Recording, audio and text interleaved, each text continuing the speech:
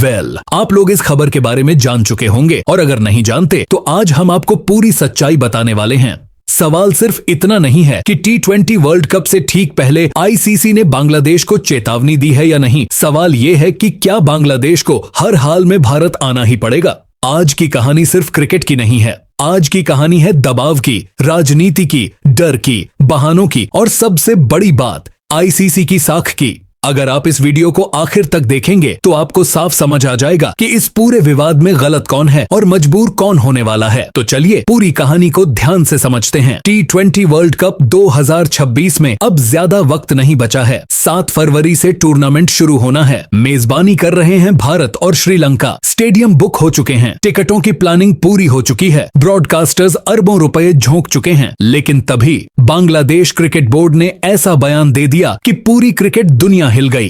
बांग्लादेश ने सीधे कहा, हम भारत में खेलने नहीं आएंगे। अब यहीं से सवाल उठता है, इतने सालों से भारत आते रहे, आईपीएल खेलते रहे, द्विपक्षीय सीरीज खेलते रहे, तब तो कोई खतरा नजर नहीं आया। तो फिर वर्ल्ड कप से ठीक पहले अचानक सुरक्षा याद कैसे आ गई? यहीं से कहानी की असली परतें खुलती हैं।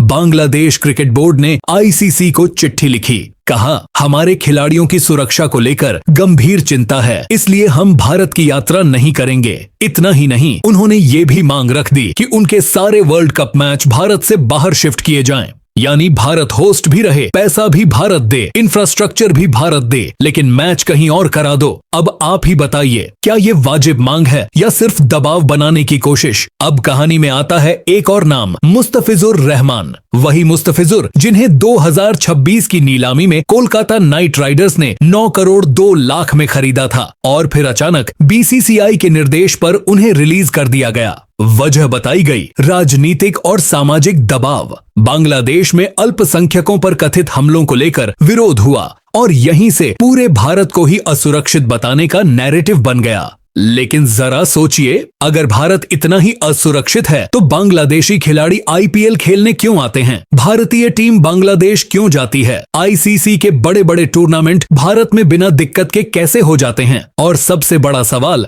सुरक्षा का सर्टिफिकेट देगा कौन?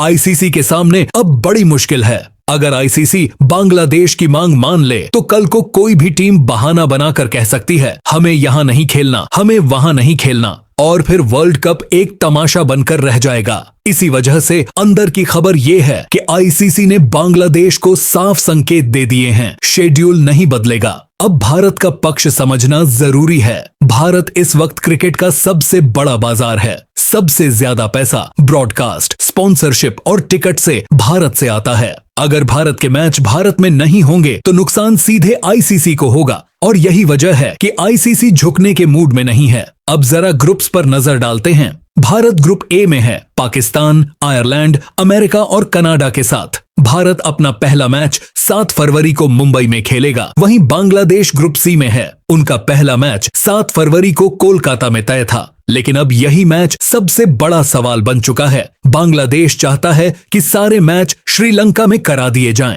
लेकिन तब सवाल उठते हैं, ग्रुप बैलेंस का क्या होगा, ट्रैवल का क्या होगा, बाकी टीमों की तैयारी का क्या होगा, या फिर बांग्लादेश सिर्फ अपने फायदे की सोच रहा है? अब सबसे बड़ा सवाल, फैसला करेगा कौन? और यही लोग एक बात भूल जाते हैं, आईसीसी के चेयरमैन हैं जय शाह, और जय शाह सिर्फ नाम के चेयरमैन नहीं हैं। आईसीसी के नियम बिल्कुल साफ हैं। एक बार शेड्यूल फाइनल हो गया, ग्रुप तय हो गए, वेन्यू लॉक हो गए, तो कोई भी टीम मनमानी नहीं कर सकती। आईसीसी खुद अपनी सिक्योरिटी टीम भेजती है, सब कुछ जांचा जाता है। अगर खतरा मिला तभी बदलाव होगा और अगर कुछ नहीं निकला तो बांग्लादेश को भारत में ही आकर खेलना पड़ेगा। और अगर फिर भी मना किया तो आईसीसी के नियम साफ हैं, टीम वर्ल्ड कप से बाहर भी हो सकती है। नुकसान किसका होगा? बांग्लादेश का। स्पॉन्सरशिप जाएगी, फंडिंग जाएगी और सबसे बड़ा नुकसान उनकी क्रिकेट छवि को। दूसरी तरफ भारत पूरी तरह फोकस्ड है, क्योंकि वर्ल्ड कप बयानबाजी से नहीं, मैदान पर प्रदर्शन से जीता जाता है। अब फैसला साफ है, नियम चलेंगे, दबाव नहीं। आपका क्या मानना है? आईसीसी को सख्त रहना चाहिए या बांग्लादेश को राहत मिलनी चाहिए? कमेंट में अपनी राय जरूर बताइए। वीडियो पसंद आए तो बस एक बार लाइक और सब्सक्राइब कर देना। मिलते हैं अगले वीडियो में।